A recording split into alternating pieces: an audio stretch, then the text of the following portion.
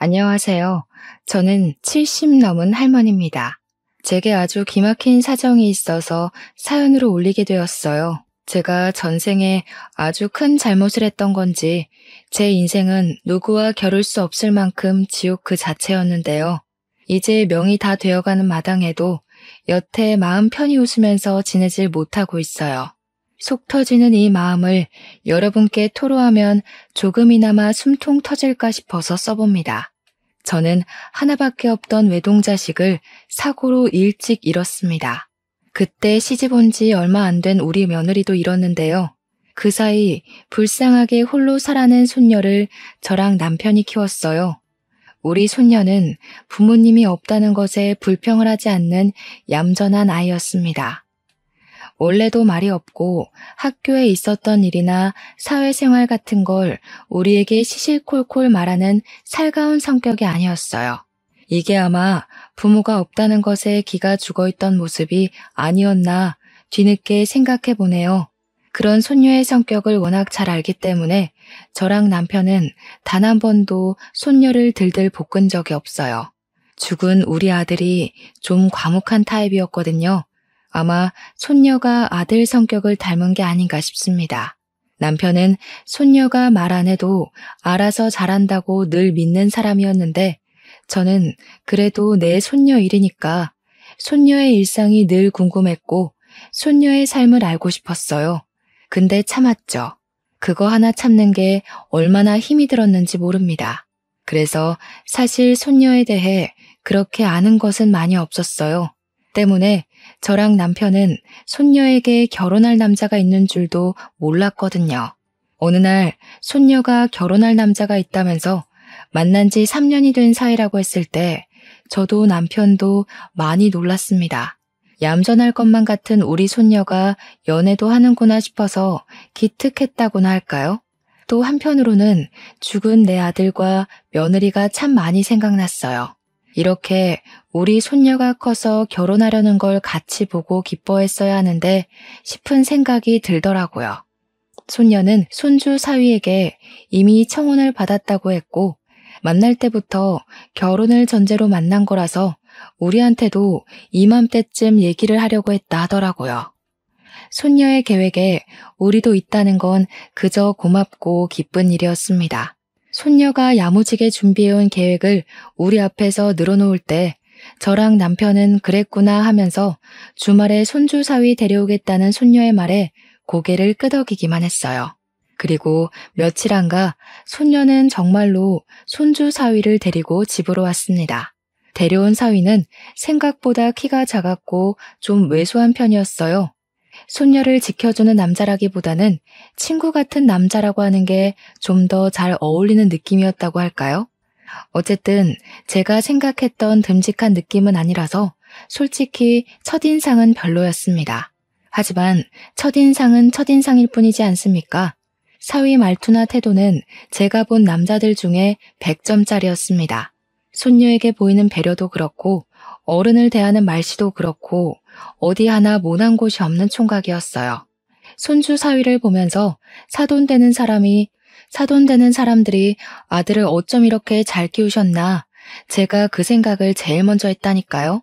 현지 손에 물 한 방울 안 묻히겠다는 약속은 감히 못 드리지만 적어도 현지가 제일보다 뒷전이 되는 일은 없을 거란 건 꼭 약속드릴게요.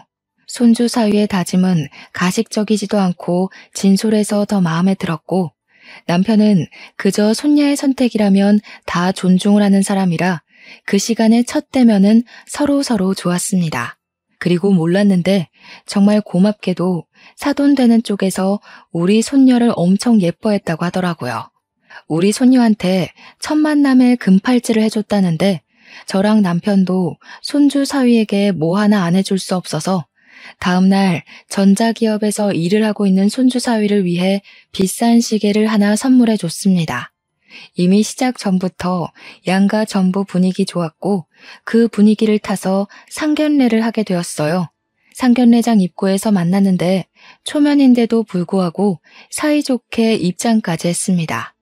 역시나 분위기는 좋게 흘러갈 수밖에 없었고 예비 사돈들이 그 자리에서 우리 손녀를 많이 신경 써줘서 너무 고마울 따름이었어요.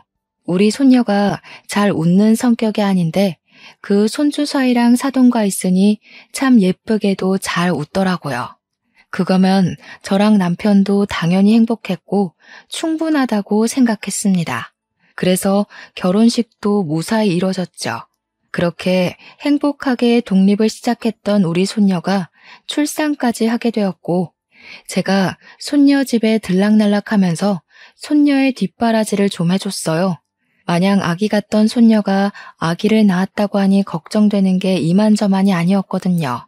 손주 사위도 워낙 일로 바쁘니까 혼자 있는 손녀는 제가 챙기는 게 여러모로 도움될 것 같았어요. 그래서 손녀에게 한약도 지어가고 밥도 챙겨가고 그랬죠. 물론 손주 사위 것까지 말이죠. 그렇게 아무 걱정 없이 10년 정도가 흘렀습니다. 그동안 증손자는 어느 정도 커서 의젓한 초등학생이 되었고 손녀는 초등학교 아이의 학부모가 되었다 보니 아무래도 연락이 뜸해졌어요. 그땐 그냥 학부모로서 바쁠 수밖에 없으니 당연히 이해를 했었죠. 그런데 어느 날 웬 청천벽력 같은 소식이 제게 들려왔습니다. 무소식은 희소식이라던데 제가 받은 간만의 손녀 소식은 우리 이쁜 손녀가 뇌사 상태라는 병원의 연락이었어요. 너무 놀라서 병원으로 바로 갔는데 손주 사위 말로는 제 손녀가 뺑소니로 사고가 나서 식물인간 되었다고 하더라고요. 어떻게 이런 일이 있을 수가 있는지 손발이 너무 떨렸습니다. 손녀 엄마 아빠도 교통사고로 죽었거든요. 그런데 손녀마저 교통사고로 몸져 누워있는 모습을 보니 너무 겁이 났어요. 꼼짝 않고 누워있는 손녀 손을 잡고서 손녀 이름을 부르고 할머니 왔다고 인사를 하면서 얼마나 울었는지 모릅니다. 그날로 제 집은 손녀가 있는 병실이 되었어요.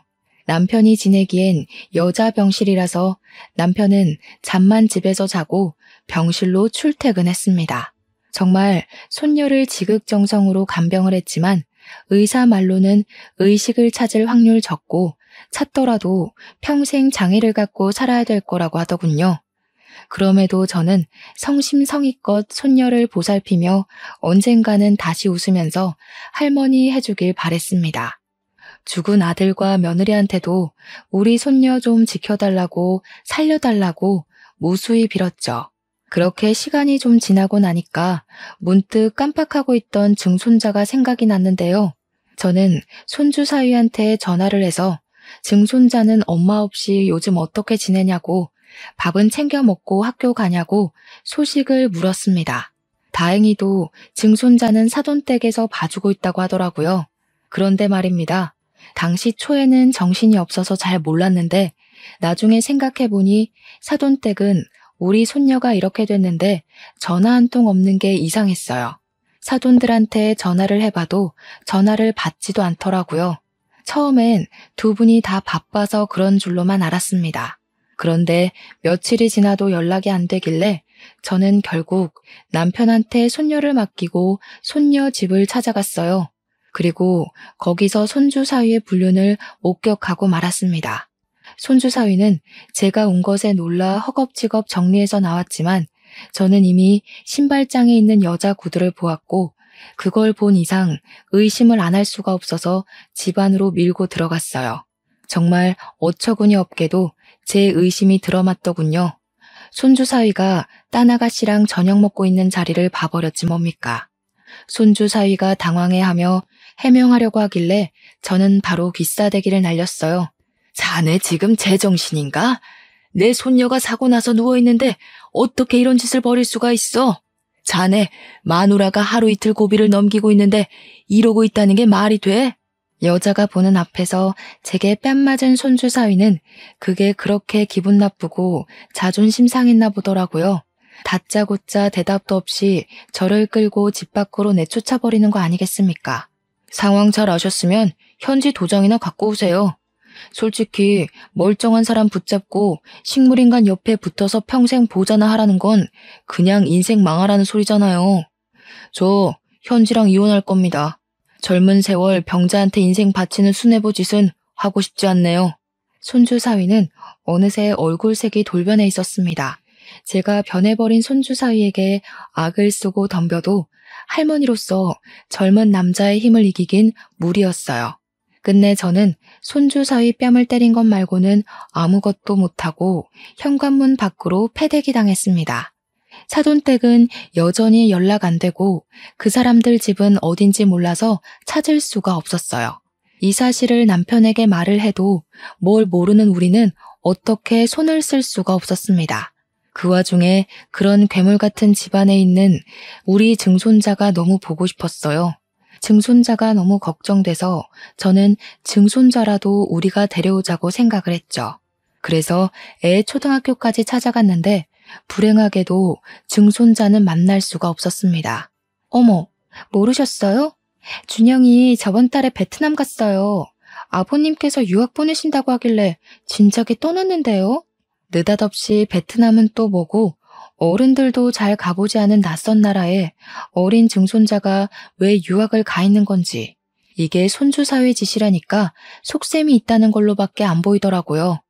저는 바로 손주 사위한테 연락해서 증손자가 베트남에 갔다는 거 뭔 소리냐고 따졌습니다. 그러자 손주 사위는 그저 제 연락을 귀찮아했어요. 도장 얘기할 거 아니면 연락하지 말라면서 즉 손주에 대해 아무것도 알려주지 않았습니다. 그리고 여기서 또 괘씸했던 건 우리 손녀 보험금이었어요. 우리 손녀가 식물인간이니 손주 사위가 손녀의 사망보험금에 어느새 눈독을 들이고 있었나 보더라고요. 만약에 손녀가 이대로 죽어버리면 법정 상속인에게로 보험금이 넘어가는데 그게 배우자와 자녀에게 분할해서 넘어가도록 되어 있다고 하대요. 손주 사위는 저희가 손쓰기 전에 이미 자기 혼자 사망보험금을 다 챙겨 먹으려고 꼼수를 부리고 있었습니다. 상속인 전원이 동의하지 않는다며 일부러 지급을 미루고 있다가 증손자를 해외로 빼돌리고 나서 자기 혼자 보험금을 다 타먹으려고 미리 대기하고 있던 중이더라고요. 어쩜 까도 쓰레기 같은 면모가 계속 나오는지 몰라요. 제가 몇 번이나 손주 사위 집을 찾아가서 따져봤지만 저만 주민신고 당할 뿐이었어요. 행복했으면 좋겠다고 멀리서 응원했던 우리 손녀의 결혼인데 손녀가 이렇게 망가진 걸로 모자라 손녀를 그렇게 사랑하던 손주 사위는 이 사실을 몰라라 하고 사돈은 연락도 안 되고 돈은 돈대로 못 받고 증손자도 못 보고 제겐 자식과 며느리를 잃었을 때보다 더 큰 지옥의 시간이었습니다. 그러나 역시 별수가 없어서 손 놓고만 있어야 했어요. 변호사를 알아보려고 해도 상간소송 말고는 손주 사위에게서 법에 걸리는 게 딱히 없다는 답변만 들었습니다. 내 손녀를 이렇게 망쳐놓은 인간에게 아무것도 할 수가 없다니 얼마나 속이 터졌는지 모릅니다. 그래서 저는 아무런 소용없는 짓이라도 우리는 불쌍한 손녀의 억울한 사정을 조금이나마 풀어주기 위해 늘 손주 사위 집 주변을 맴돌았어요. 그 덕분에 알게 된 새로운 소식이 있었는데요. 손주 사위한테 재혼할 아가씨가 있다는 걸 목격했지 뭡니까? 지난날 손녀 집을 찾아갔다가 본 여자는 아니었어요. 새로운 여자였는데 우리 손녀처럼 청초하고 순해 보이는 아가씨였습니다. 그러거나 말거나 정말 이 또한 기가 막히지 않습니까?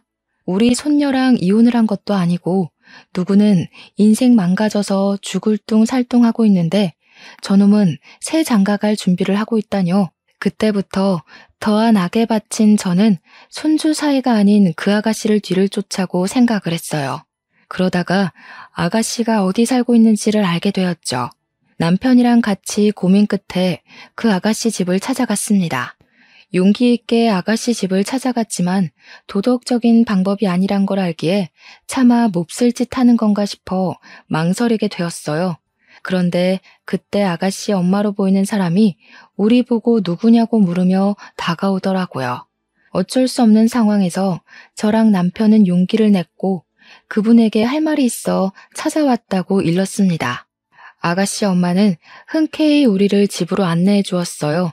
우리가 유독 안절부절 못하면서 한숨을 몇 번씩이나 쉬자 따뜻한 차까지 대접해 줬습니다.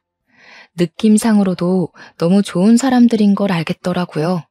이렇게 좋은 사람들이 그 괴물 같은 집과 연이 닿아서 저희와 마찬가지로 지옥을 경험하게 하고 싶지 않았어요. 반드시 손주 사위의 새 장가를 망쳐놓겠다 마음을 먹었죠. 그런데 하필 그때 아가씨한테서 아가씨 엄마에게 전화가 왔는데요. 저희가 있으니까 아가씨 엄마가 전화를 빨리 끊더라고요. 딸인가 봐요. 목소리가 곱고 예쁘던데 얼마나 애지중지 키우셨을까. 아직 한 집에서 같이 살고 있나 보죠? 예. 딸이 이번에 결혼하는데 결혼 준비가 워낙 체력 딸리는 일이라 약을 좀 지었거든요. 근데 딸이 야근이라 못 온다네요. 사위가 대신 약 받으러 온다는 연락이에요. 손주 사위 얘기가 나오자 제 눈에서 의도치 않게 눈물이 터졌습니다. 그러자 당황한 아가씨 부모가 제게 휴지를 챙겨주었어요. 그리곤 그제야 제 안색이 내내 안 좋아 보였다고 이 집을 기웃거리고 있던 이유를 묻더군요. 남의 집 함부로 엿본 건 죄송합니다. 저희가 사정이 있는데 이 집에 연락을 할 방법은 없고 너무 급한 마음에 직접 집을 알아보게 됐어요. 다름이 아니라 혹시 사위 될 사람 이름이 김동근 씨 맞습니까? 어머, 우리 사위를 어떻게 하셨어요? 저희 사위랑 아는 사이세요? 사위한테서 조부모님이 있다는 얘기는 못 들었는데. 일단 저희가 집을 제대로 찾은 건 맞았어요.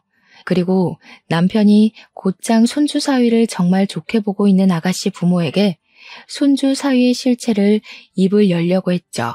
그런데 그때 또 한 번 전화가 울렸고 아가씨의 엄마는 발신인을 보더니 우리한테 양해를 구했어요. 장모님, 저 5분 뒤에 도착해요. 정연이가 같이 못 오게 돼서 한약 받으러 저 혼자 가는 중이거든요. 말씀 들으셨죠? 그래, 알고 있어. 그런데 지금 자네 조부모 되시는 분들이 아무래도 아가씨 엄마가 우릴 손주 사위의 조부모로 본 듯했습니다. 그래서 성질머리 더러운 손주 사위에게 지금 상황을 밝히는 건 위험하다고 판단했던 제 남편이 급하게 아가씨 엄마의 휴대폰을 뺏어버렸어요. 그리곤 전화를 황급히 종료했습니다. 따님이랑 그놈이랑 결혼시키지 말란 소리 하러 왔어요. 그놈 제 손녀랑 결혼했던 놈입니다.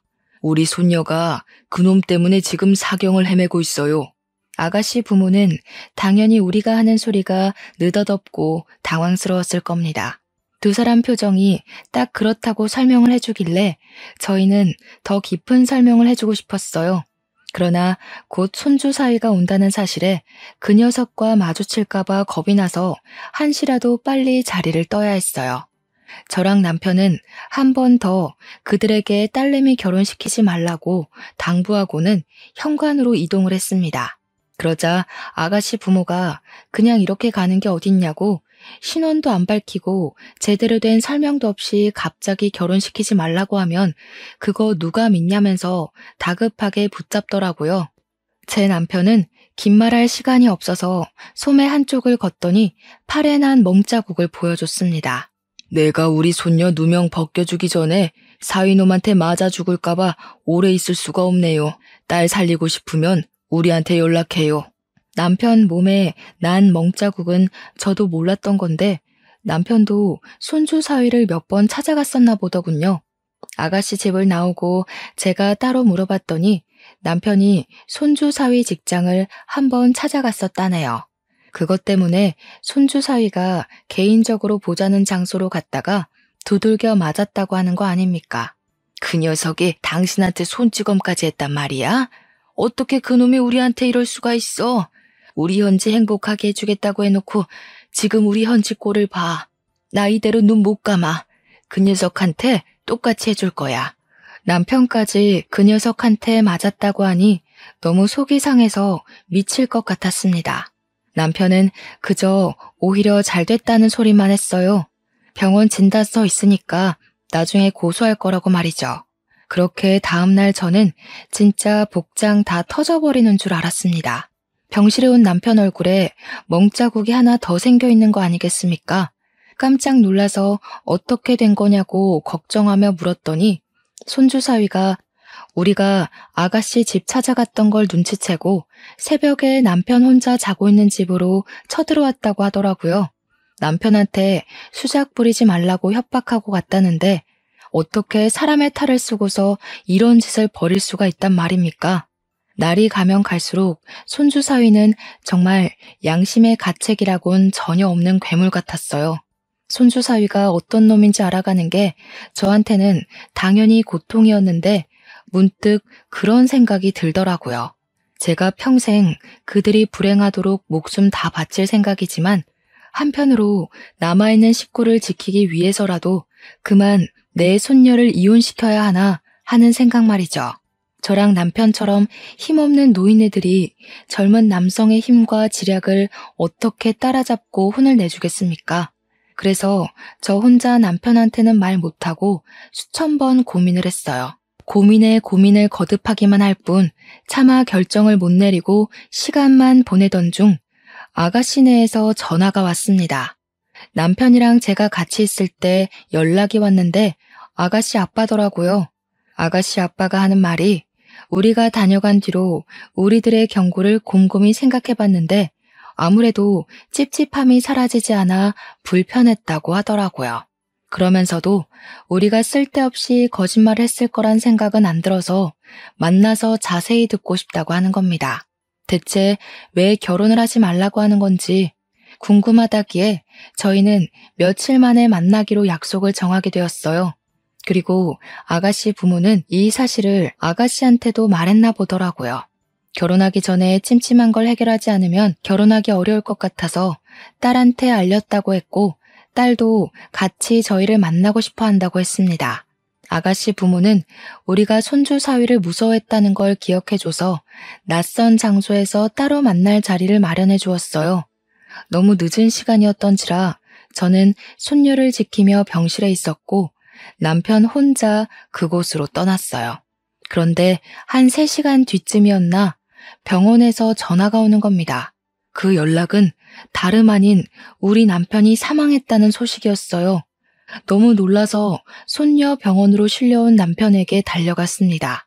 남편은 물에서 건져진 사람처럼 다 젖은 채로 눈을 감고 있었는데 소방관 말로는 물에 빠져있는 남편을 지나가는 사람이 보고 신고했다고 하더군요.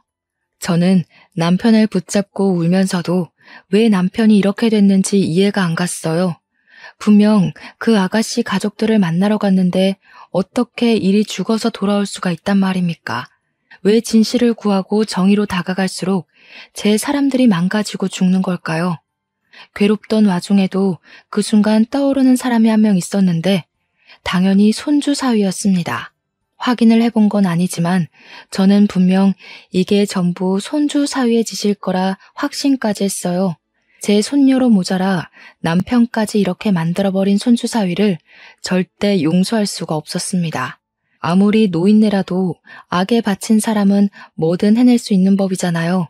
저는 늙은 몸으로 경찰서를 찾아가 손주 사위를 당장 신고했어요. 그러나 역시 쉽지만은 않았습니다. 심증만 있는 걸로는 수사가 안 된다고 하더라고요. 또 제가 할머니라서 무시하는 건지 젊은 경찰관들이 저를 치매 걸렸다고 생각하면서 집이 어디냐고만 묻길래 결국 저는 짜증만 한바탕 내고서 신고를 포기해버렸습니다.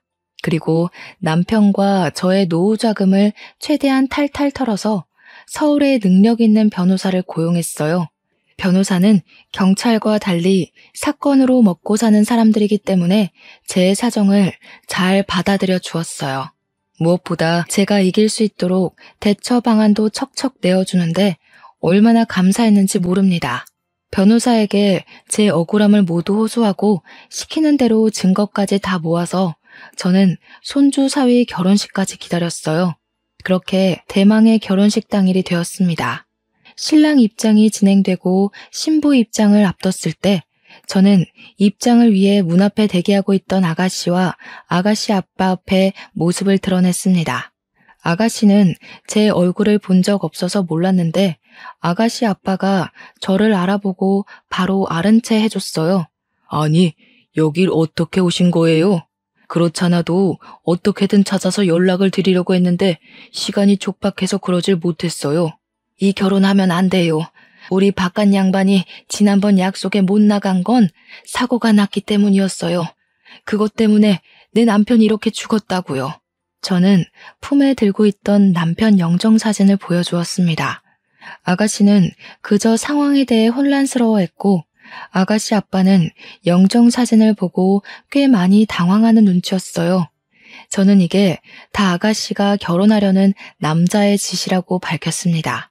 그때 다른 직원들이 저를 붙잡고 쫓아내려고 했는데 아가씨 아빠가 내버려 두라고 해서 계속 얘기를 할 수 있었어요. 저는 그 자리에서 손주 사위의 실체를 낱낱이 읊었습니다. 옆에 변호사도 같이 있었기 때문에 변호사가 저를 대변해서 조리 있게 잘 설명해 줬어요.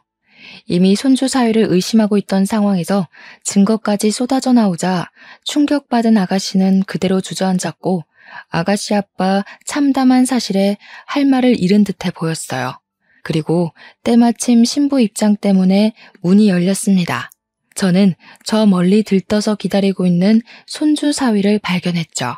아가씨 아빠한테 이 결혼을 내가 망쳐도 되겠냐고 제대로 허락을 구했더니 감사하게도 아가씨 아빠는 침묵을 계속 유지하면서 고개만 끄덕여 주었습니다. 그래서 저는 신부 대신 버진로드로 올라갔고 맞은편의 사위놈을 똑바로 쳐다봤어요. 하객들은 신부가 아닌 웬 할머니가 나타나자 곧 웅성거리기 시작했습니다. 그리고 저를 발견한 건지 손주 사위 표정 또한 점점 굳어지는 게 보였어요.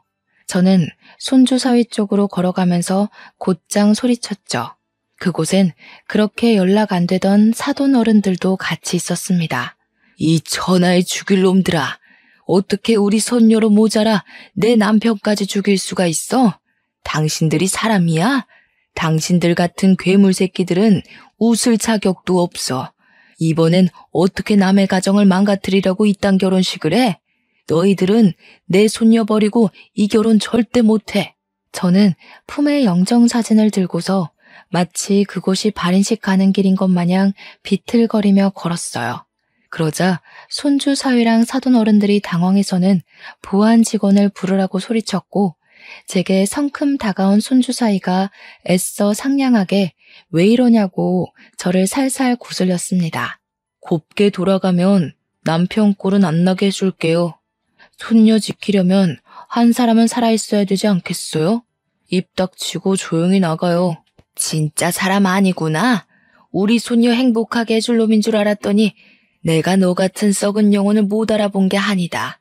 당장 내 손녀 앞에 가서 무릎 꿇고 사과해. 내가 가서 사과한다고 그년이 알아듣긴 하겠어? 병신처럼 누워서 꼼짝도 안 하는 거 누구보다 할머니가 제일 잘하면서 자꾸 생꼬집 부릴래? 손주 사위가 제게 속삭이는 협박이 너무 두려웠지만 저는 손에 쥔 남편 영정사진을 보면서 끝까지 용기를 내었습니다.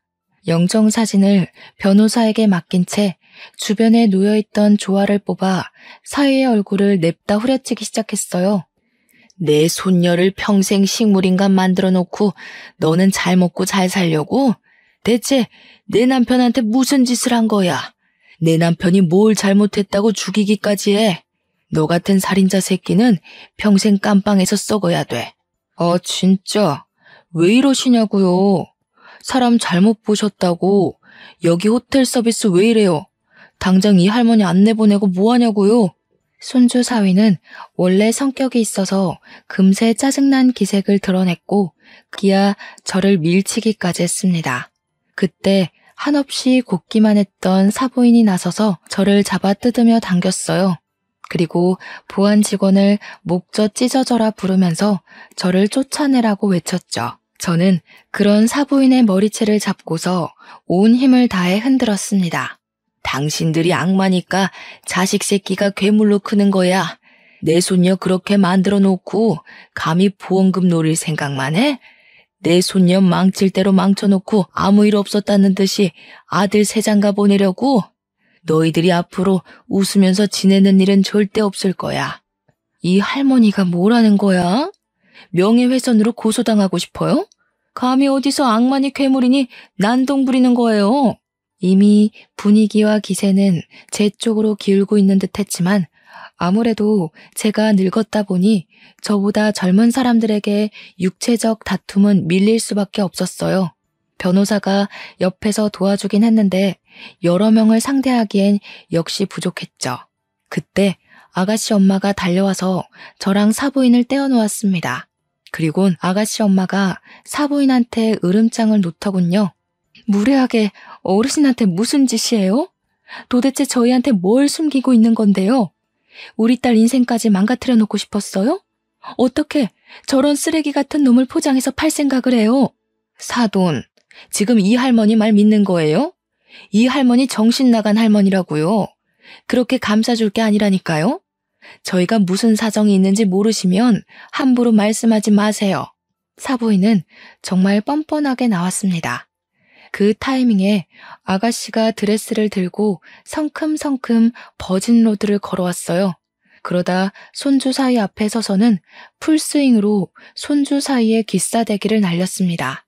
그 덕에 모든 사람들의 이목이 한 곳으로 집중되었어요. 너, 마누라가 너 때문에 식물인간이 됐다는 것도 기가 막혔는데 애까지 있었니? 그걸로 모자라. 장인어른 되는 분까지 죽여?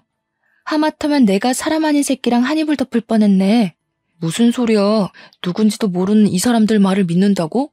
우리가 고작 그 정도밖에 안 되는 사이야? 손주 사위는 뻔뻔하게 사실을 부정했어요. 그러자 뒤따라 들어왔던 아가씨 아빠가 손에 쥐고 있던 서류 봉투로 손주 사위 머리통을 사정없이 후려치길 반복했습니다. 처맞던 손주 사위는 누가 자기를 때리는 줄도 모르고 있다가 버럭 성질을 내면서 아가씨 아빠한테 순간 쌍욕을 했어요. 그러다 아가씨 아빠라는 걸 알자 손주 사위가 크게 당황하더군요. 그것을 두 눈 부릅뜨고 있던 아가씨 아빠가 사위를 향해 서류 봉투 안에 있던 사진 뭉텅이를 던졌습니다. 몹쓸 놈 같으니라고. 네가 재혼인 것까진 내 뭐라 안 한다. 그런데 한 가족 인생을 완전 묵살내놓고 그걸 발뺌하려 해? 손주 사위가 아가씨 아빠에게 변명하는 사이 아가씨 엄마랑 주위 사람들이 바닥에 떨어진 사진들을 주었어요. 그건 제가 변호사랑 같이 마련했던 증거 사진들이었습니다. 우리 손녀가 식물인간 채 누워있는 사진과 증손자 사진, 그뿐만 아니라 우리 손녀랑 이 자식이 혼인신고가 되어 있었다는 것과 그 둘 사이에 아들 하나 있다는 호적 사진까지 손주 사위가 이전에 어떤 사람이었는지 확인할 수 있는 모든 것들이 수많은 사진들 속에 담겨 있었어요. 그리고 한 가지 더.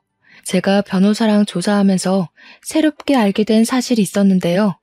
식물인간 된 손녀는 뺑소니로 사고가 난 게 아니라 사실 손주 사위가 바람 피우고 손찌검했던 충격 때문에 탈진에 우울증까지 앓다가 쓰러진 거였더라고요. 뒤늦게 정신을 차리고 깨어난 우리 손녀는 이미 정상이 아니었을 텐데 손주 사위는 그저 우리 손녀가 자신이 바람 피운 사실을 빌미로 위자료를 청구할까봐 대포차를 이용해 CCTV 하나 없는 한적한 산길로 싣고 갔고 뺑소니로 위장하기 위해서 우리 손녀를 들이받아버렸던 겁니다. 이건 엄연한 살인미수 사건이었죠. 변호사가 뺑소니 사고 알아보다가 뭔가 허술한 점이 있어서 자세히 조사를 했더니 밝혀진 사실이라고 했어요. 심지어 이걸 사돈 어른들은 알면서도 우리를 외면했고 아들의 끔찍한 짓을 감싸고 돈 거였어요. 그리고 우리 남편을 처리한 방법도 마찬가지였습니다. 역시나 사위가 자신의 재혼할 여자에게 모든 진실이 폭로될까 두려워서 남편을 죽인 거였어요. 남편 입막음 하려다가 실랑이가 벌어졌고 제 남편을 기절시켜서 차에 태운 뒤 절벽 아래 호수로 떨어뜨린 거였더라고요. 이 사실은 저 또한 모르고 있다가 그 자리에서 들은 사실이었는데요. 아가씨네 아빠가 흥신소에 돈을 맡기고 뒤늦게 알아낸 정보더라고요. 모두 대포차에 CCTV 하나 없는 곳이라 경찰도 제대로 수사해주지 않았는데 아가씨네 아빠가 돈이 꽤 있는 집안이었는지 저 몰래 이렇게 조사를 해줬고 발견한 진실을 결혼식에서 터뜨린 거였어요. 그러니까 결국 아가씨네 또한 이 결혼을 할 생각이 없었던 겁니다. 더 이상 사돈 어른들과 손주 사위가 변명 못하고 있는 꼴을 보고서 저는 웅성거리는 하객들을 향해 마지막으로 울부짖었어요. 이 썩을 놈이 바람 피워서 내 손녀 평생 불구 만들어 놓고 보험금도 훔쳐갔어요. 어떻게 이런 놈이 감옥도 안 가고 새 삶을 살도록 내버려 두겠어요?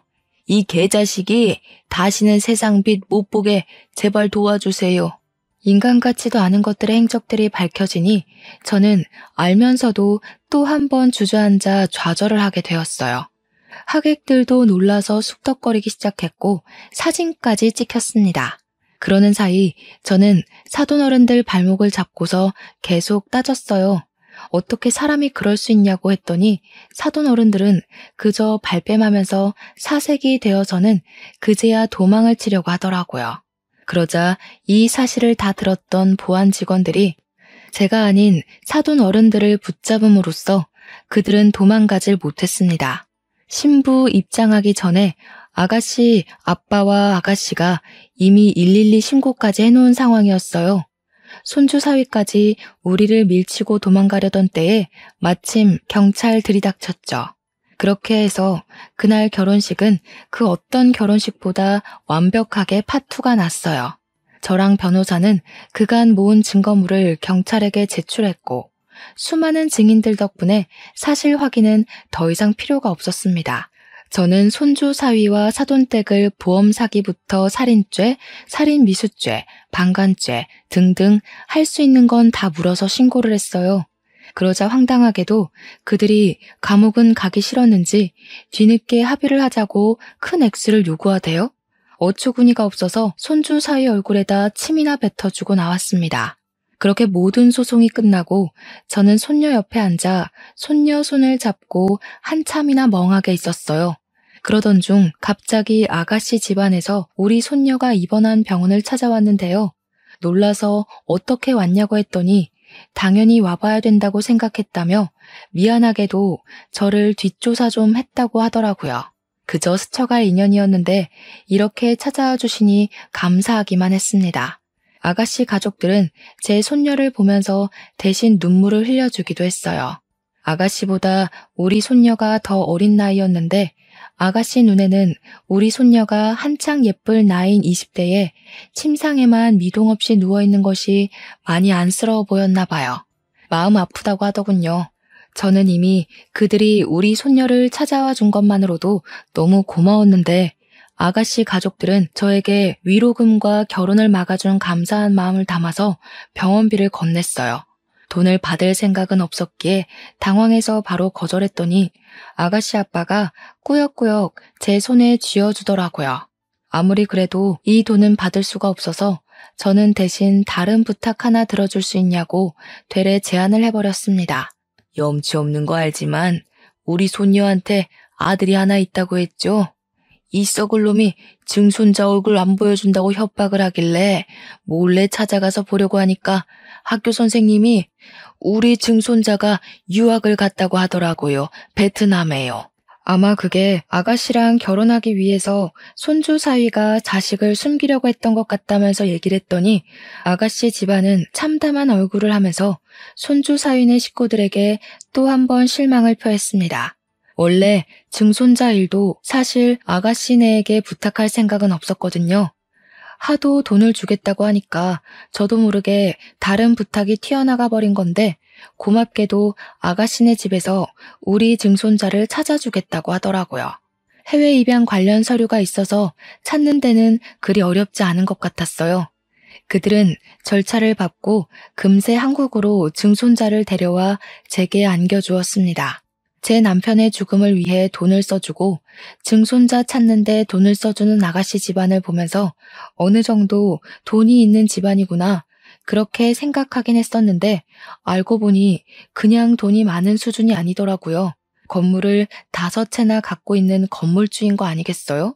그 사실을 알고 나니 그 쓰레기 사이놈의 속셈까지 알겠는 거 있죠. 그놈은 건물주 집안 아가씨랑 결혼해서 성공하고 싶었던 게 분명해요. 그런데 제 남편이 자기 출세에 자꾸 방해가 되니까 죽인 게 틀림없습니다. 저는 그 쓰레기 놈을 감옥 갈 수 있게 도와준 것만으로도 고마워서 더는 그들의 배려를 바라지 않았어요.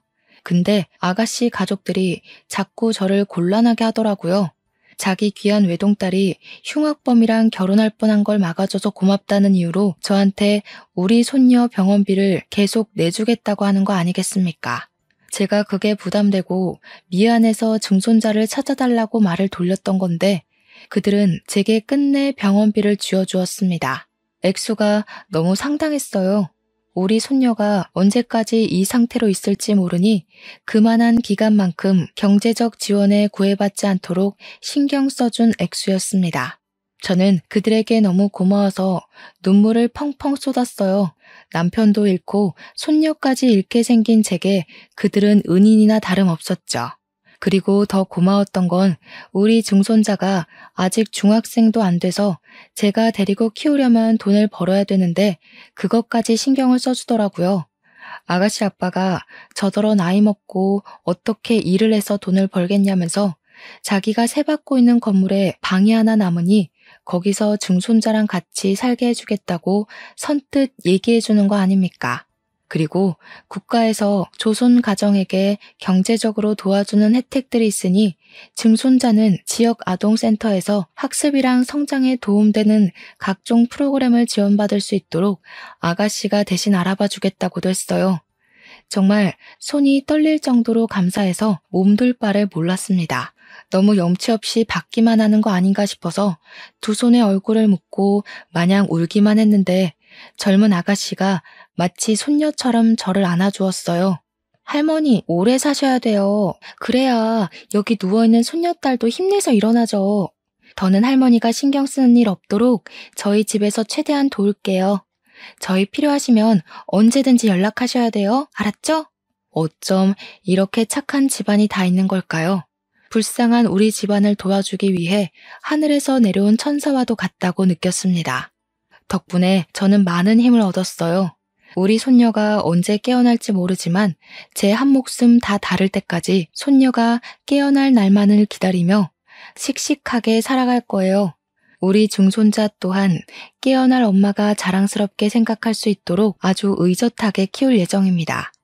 그리고 솔직히 제가 그들에게 해준 게 없는데 너무 염치 없이 받기만 하는 게 좀 미안해서 제 나름 그 집에 작은 보답이라도 해주고 싶더라고요. 그래서 집에서 반찬이라도 만들어 아가씨네 집에 종종 보내주곤 했어요.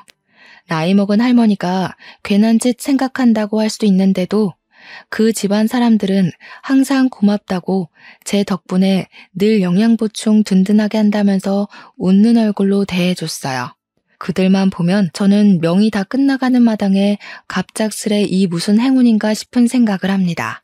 쓰레기 같은 사위놈 때문에 우리 집안은 풍비박산이 나버렸지만 천사 같은 집안 덕분에 죽을 날만 기다리고 있던 이 할머니가 살아갈 힘이 생겨 놀랍기만 하네요.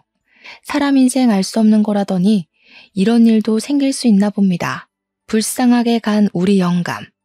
제가 남은 생 열심히 살다가 곁으로 가게 되면 고생 많았다고 보듬어 주겠죠. 죽기 전에 우리 손녀 눈 뜨는 거 한 번만 보고 가야 할 텐데 손녀가 꼭 제 앞에서 다시 서 있을 수 있는 그날만 고대하면서 남은 생 동안은 온 힘을 다해 애써보겠습니다. 불운이 있으면 반드시 행운도 있다는 걸 모든 분께서 늘 유념하며 살아가셨으면 해요. 묵직한 사연 들어주셔서 고맙습니다. 평안한 하루 보내세요.